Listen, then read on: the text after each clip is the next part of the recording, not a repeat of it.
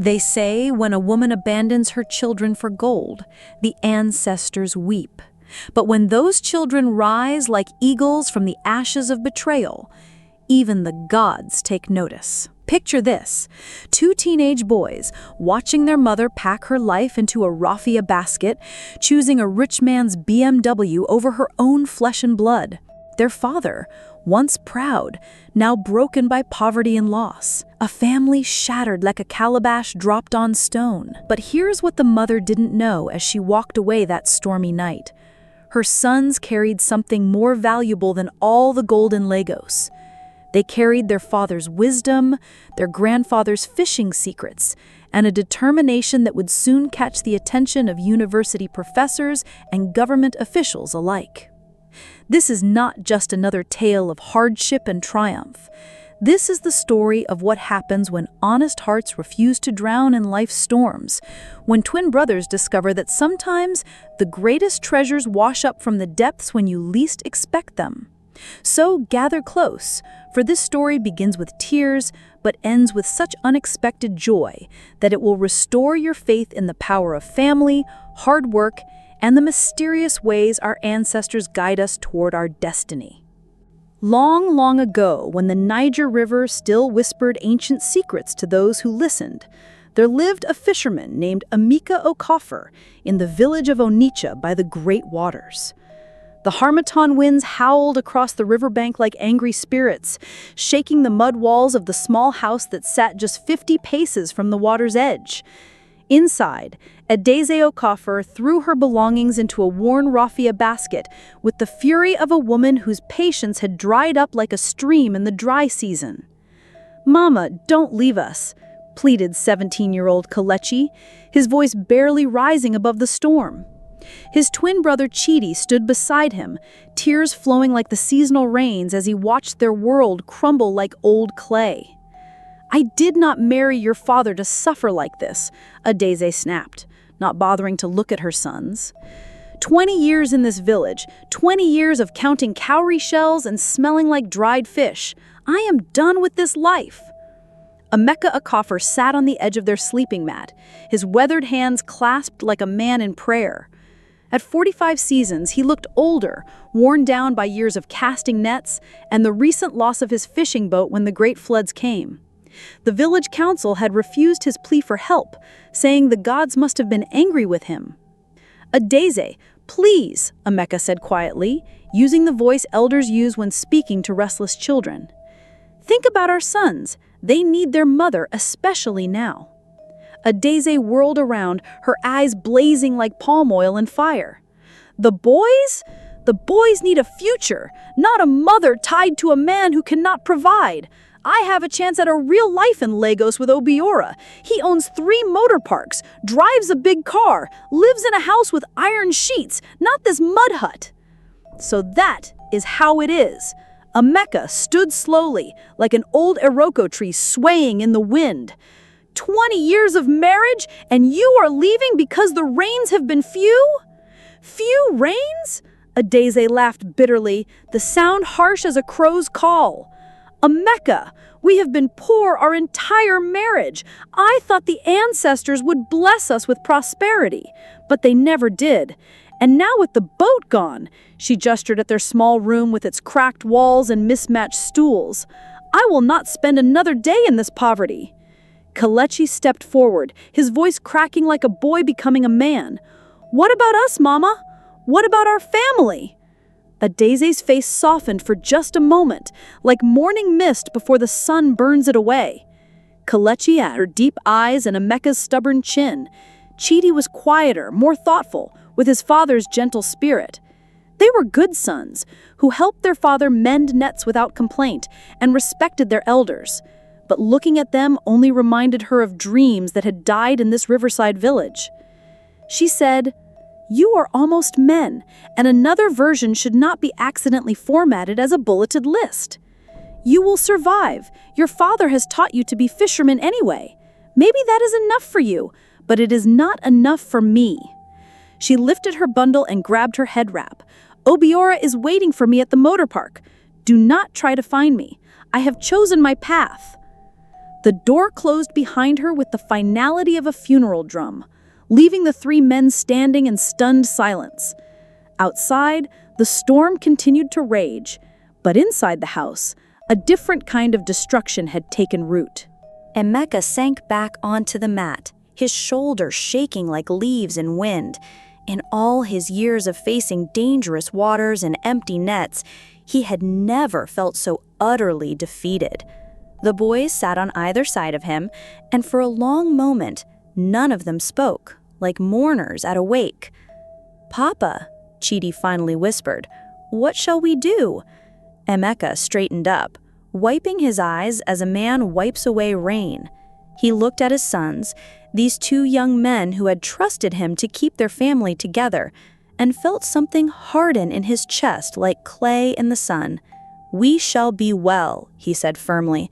"I do not know how yet, but we shall be well." The next morning dawned gray and cold.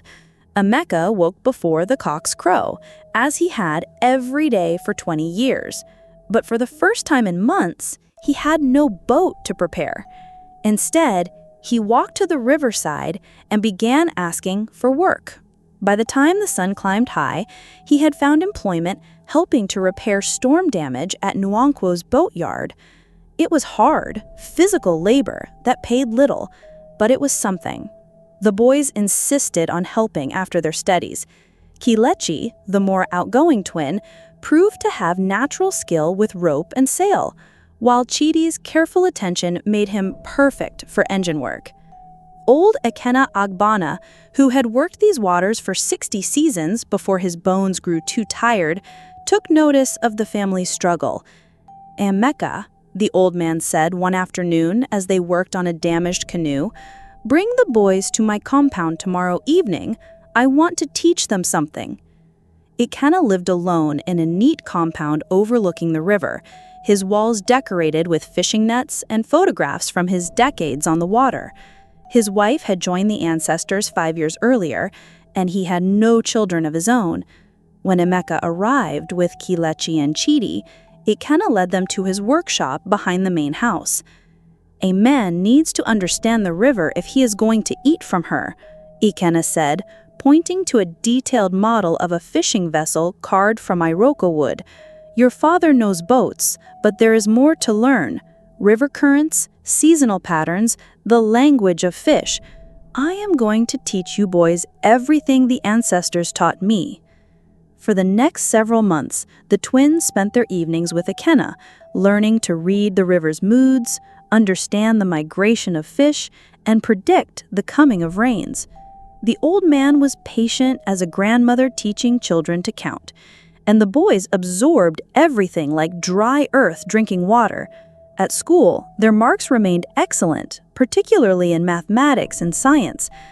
One evening, when the rains were ending, Kelechi came home carrying a thick envelope like a sacred scroll. "Papa, see this," he said, his voice shaking like a palm frond in wind. Chidi held a similar envelope. Emeka opened Kelechi's letter first, reading slowly as his father had taught him. "Congratulations," he read aloud. "You have been accepted to the Nigerian Navy College." He looked up at his son, hardly believing the words. "Kelechi, this is like receiving a blessing from the gods themselves." Chidi's letter was equally precious. "The University of Nigeria is pleased to offer you admission to our marine science program." Emeka felt tears welling up like spring water. Despite everything that had happened, despite the poverty and struggle, his sons had achieved something magnificent. "Boys, I am proud like a father whose sons have become chiefs. Your mother would be—" He stopped, unable to finish the words. "We do not need her to be proud," Kelechi said firmly. "We have you, and that is enough." But as the weeks passed, like migrating birds, reality came home to roost. The Navy College was free, but Chidi's program would cost more cowries than a poor fisherman could count. Even with help from the government, the family would need to find money they did not have. Emeka worked from dawn to dusk at the boatyard, but it wasn't enough.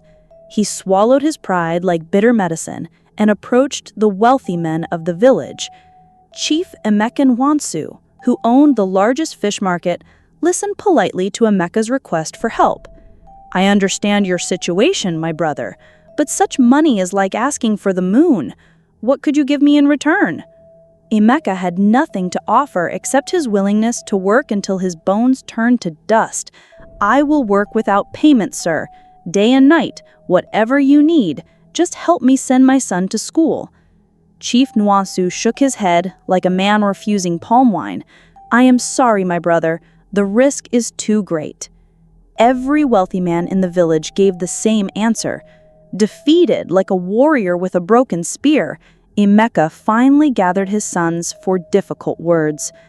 "My sons," he said, his voice heavy as storm clouds, "I have failed you. I promised to give you opportunities, and I cannot even afford to send you to school." Kelechi and Chidi exchanged glances like twins who share one mind. They had been expecting these words, and they had already made their decision.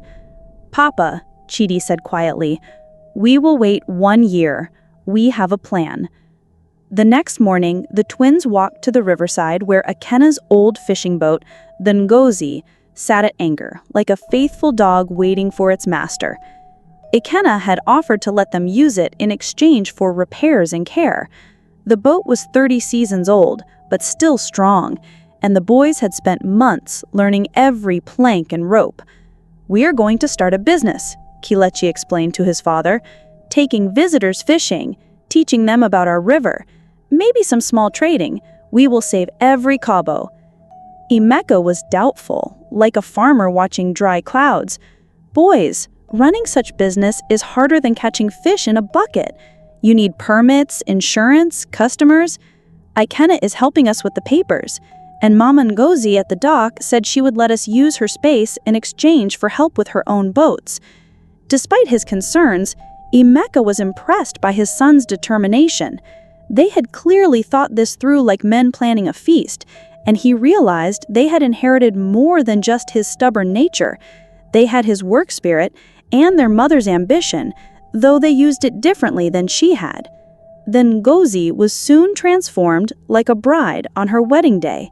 The boys painted her sides bright blue and white, installed new safety equipment, and created a small space for preparing food and drinks. They made signs and posted them at every hotel and guest house in the area. Their first customers were a family from Abuja who wanted to try river fishing.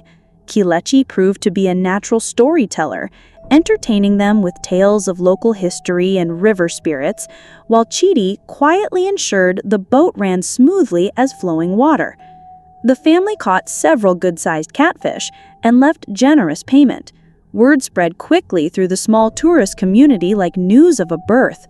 The Okolfer twins were polite, knowledgeable, and genuinely loved the river. They treated every customer like honored guests, sharing their knowledge of local waters and fish wisdom.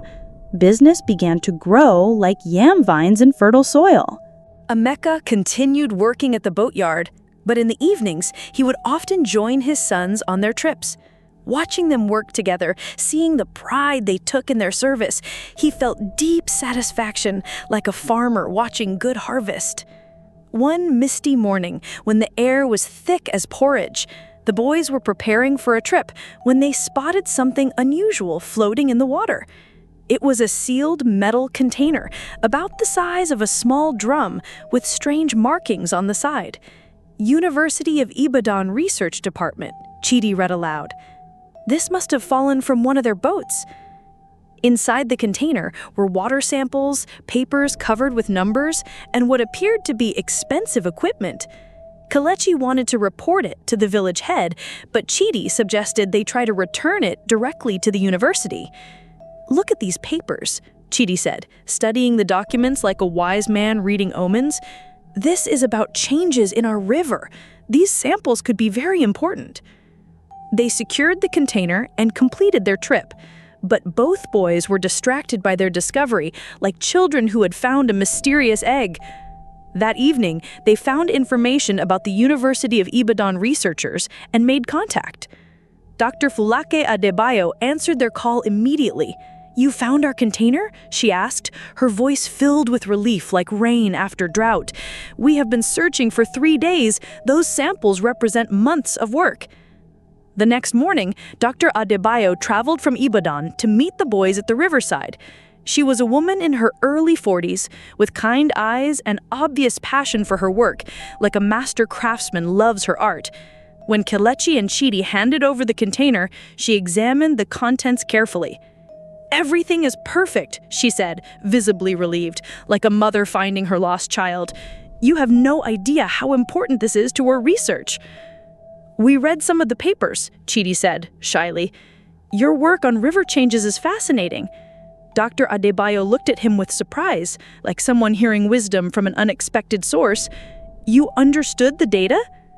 "Chidi plans to study marine science," Kelechi explained. "He has always been interested in water and fish." Dr. Adebayo spent the next hour talking with the boys about their plans and dreams. She was impressed by their knowledge and passion, and when she learned about their delayed education, she made an offer that would change their lives like lightning changes the sky. "I am the director of the River Science Education Program at the University of Ibadan. We offer full scholarships to exceptional students who are committed to water research. Based on what I have seen today, I would like to offer both of you positions in our program." The boys could hardly believe what they were hearing, like men told they would become kings. Not only would their education be free, but they would also work part-time as research assistants, earning money while they learned. "There is one condition," Dr. Adebayo continued. "You would need to commit to working in water science for at least 5 years after graduation. We invest in students who will become leaders in river protection." Kelechi and Chidi looked at each other and grinned like children who had been given palm nuts and honey. It was more than they had dared to dream. That evening, the family celebrated at Ikenna's compound. The old fisherman raised a cup of palm wine and toasted the boys' success. "Your father raised you well," he said. "Honesty and hard work always paid dividends in the end, like good seeds planted in fertile ground." Emeka felt deep satisfaction, like a man who had completed a difficult journey. His sons had found their path, and it was a good one. But their celebration was interrupted by a knock at the compound gate. Adeaze Ofakar stood at Ikenna's entrance, looking older and more tired than when she had left, like a flower that had bloomed and faded. Her clothes were fine but wrinkled, and her makeup could not hide the lines of stress around her eyes, like cracks in dried earth. "I heard about the boys' success. I wanted to congratulate them." The reunion was awkward and tense, like a funeral gathering. Adiese had left Obiora after his businesses failed, and she had nowhere else to go, like a bird whose nest had been destroyed.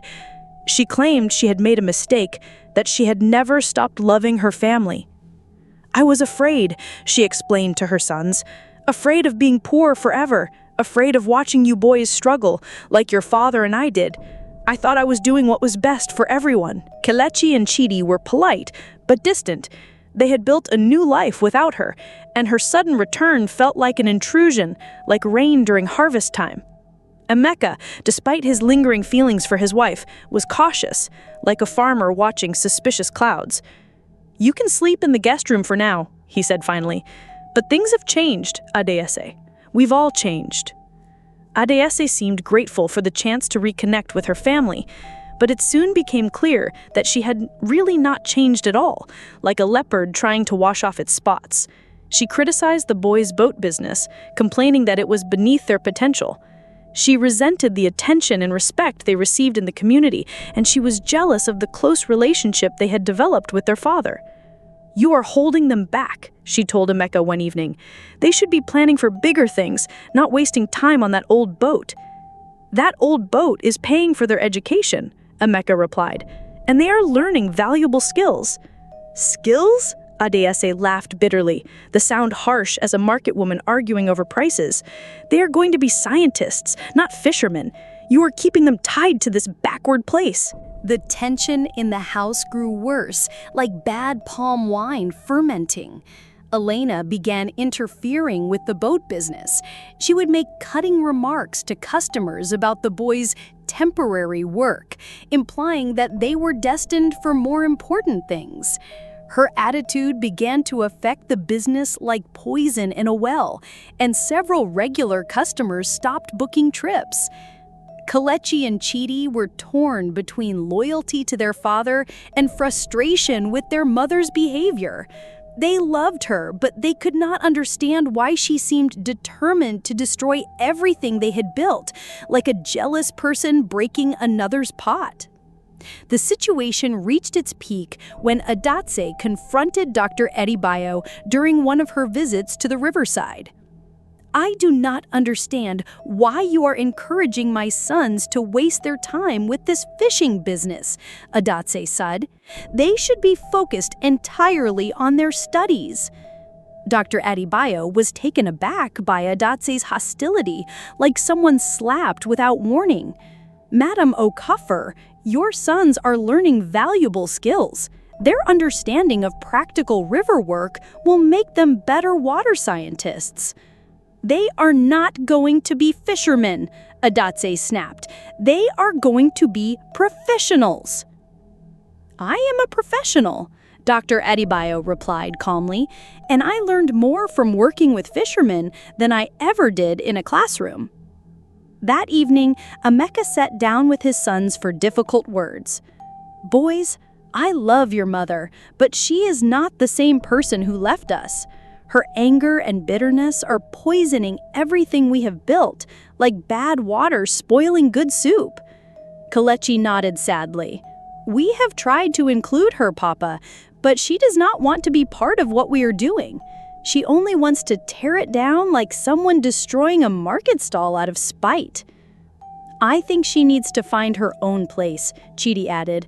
"We can help her, but she cannot live here anymore." Emeka knew they were right, but it was still painful to ask Adatse to leave, like sending away a child who was misbehaved. She reacted with fury, like a wounded animal, accusing him of turning their sons against her. "You have brainwashed them," she screamed. "You have made them think this poverty is noble, that struggling is something to be proud of. I have taught them to work hard and be honest. I have shown them that family matters more than money. And see where it has brought you, still living in this hut, still working with your hands like a common laborer." Emeka helped Adatse find a small room in town and agreed to pay her rent for 6 months while she looked for work. It was not the reconciliation he had hoped for, but it was the best he could do, like a farmer making peace with drought. With Adatse gone, peace returned to the house, like quiet after a storm. The boat business flourished, and the boys threw themselves into their studies, like young men possessed by learning spirits. Kelechi excelled in his Navy training, while Chidi absorbed everything he could about river science and water protection. Dr. Edibayo became a regular visitor to the riverside village, often bringing other researchers who were impressed by the twins' knowledge and dedication. She and Emeka developed a friendship based on their shared commitment to the boys' success, like two farmers helping each other's crops grow. One evening, as they watched the sunset paint the river gold, Dr. Adebayo turned to Emeka. "You have raised remarkable sons," she said. "They are going to make a real difference in the world." Emeka smiled like a man counting his blessings. "I only tried to show them that honest work has dignity and that family is the most important thing a man can have." "You did more than that," Dr. Adebayo replied. "You gave them roots and wings. They know where they come from, but they are not afraid to fly." As the months passed, like seasons changing, Emeka realized that his feelings for Dr. Adebayo had deepened beyond friendship.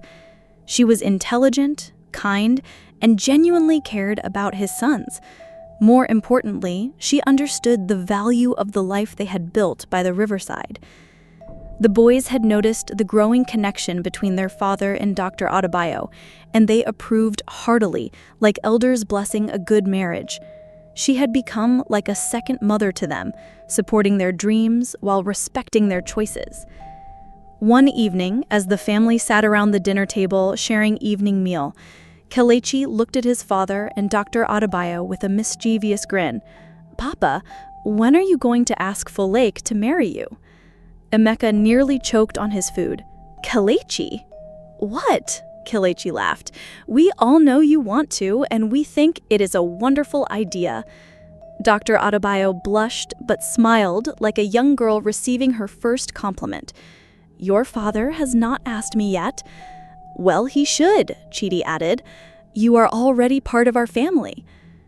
That season, when the rains were sweetest, Emeka proposed to Dr. Adebayo on the deck of the Ngozi as the sun set over the river like gold melting into water. She said yes, and the boys cheered so loudly that half the village could hear them like celebration drums echoing across the water. They planned the wedding for the following year, when the boys would complete their programs.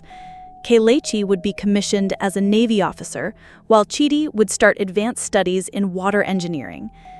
The wedding was held at the riverside, with the Ngozi decorated with flowers and colorful cloth like a festival boat. Ikenna, now 82 seasons but still strong, served as Emeka's best man. The boys stood proudly beside their father, wearing their dress uniforms like young warriors in ceremonial dress. As Emeka and Dr. Adebayo exchanged vows, the entire fishing fleet sounded their horns in celebration, like a chorus of river spirits singing across the water. Daisy watched from a distance, having been invited but choosing to stay apart from the festivities, like a shadow at the edge of light. After the ceremony, Ikenna raised a toast to the newlyweds. "To Emeka and Folake," he said, his voice strong despite his age. "May your love be as constant as the river's flow and as deep as the ancient waters." The celebration continued late into the night, with music and dancing on the dock like a traditional festival. As Emeka looked around at his family and friends, he felt deep contentment, like a man who had found his place in the world. The storm that had torn his family apart had also revealed their strength and resilience, like a tree that grows stronger after surviving many seasons. Kelechi and Chidi had grown into fine young men, ready to make their mark on the world, like arrows shot from a strong bow. They would always be fishermen's sons, but they were also scientists and officers, prepared to serve their country and protect the waters they loved. Emeka had found love again with a woman who understood his values and shared his dreams, like two rivers flowing into one. Together, they would continue to support the boys while building a new life based on mutual respect and shared purpose. The boat business had evolved into something larger. The boys had used their success to start a river protection program, teaching local fishermen about caring for the water and fish conservation. Their work was making a real difference in the community, like good medicine healing the sick. As the evening wound down, like a peaceful ending to a long story, Emeka stood with his new wife on the dock, watching the boats bob gently in the river like sleeping birds. The water that had given him so much pain had also given him everything he valued most. "Thank you," he whispered to the river. His voice carried away by the evening breeze, like prayers rising to the ancestors. The current was changing as it always did, bringing new possibilities with each flow. In the distance, a lighthouse beam swept across the water, guiding boats safely home. Emeka smiled, knowing that his sons would always find their way back to these waters, no matter how far their careers might take them, like migrating birds returning to their birthplace. The fisherman's wisdom lived on, not in the form he had originally imagined, but in something far more valuable: the knowledge that honest work, family loyalty, and dedication to something greater than oneself were the true treasures of life, like gold that never tarnishes. As the stars emerged in the darkening sky, like ancestors watching over their children, Emeka Okafor felt the deep satisfaction of a man who had weathered the storm and found calm waters on the other side. His sons were launched into the world, ready to make their own contributions to the great river of human endeavor. The wisdom would continue generation after generation, like the eternal rhythm of the flowing waters. And the people would remember this story and tell it to their children, saying, "See how the ancestors reward those who remain faithful, how honest work bears fruit in its season, and how a man who teaches his children well leaves a legacy greater than gold or land." Now, I would love to hear from you. What did you learn from this story? Which part touched you the most? Please drop your thoughts in the comment section. I'll be reading all of them. If you enjoyed this story, please hit the subscribe button and share it. Thank you so much for your time, and I'll see you in the next story. Remain blessed.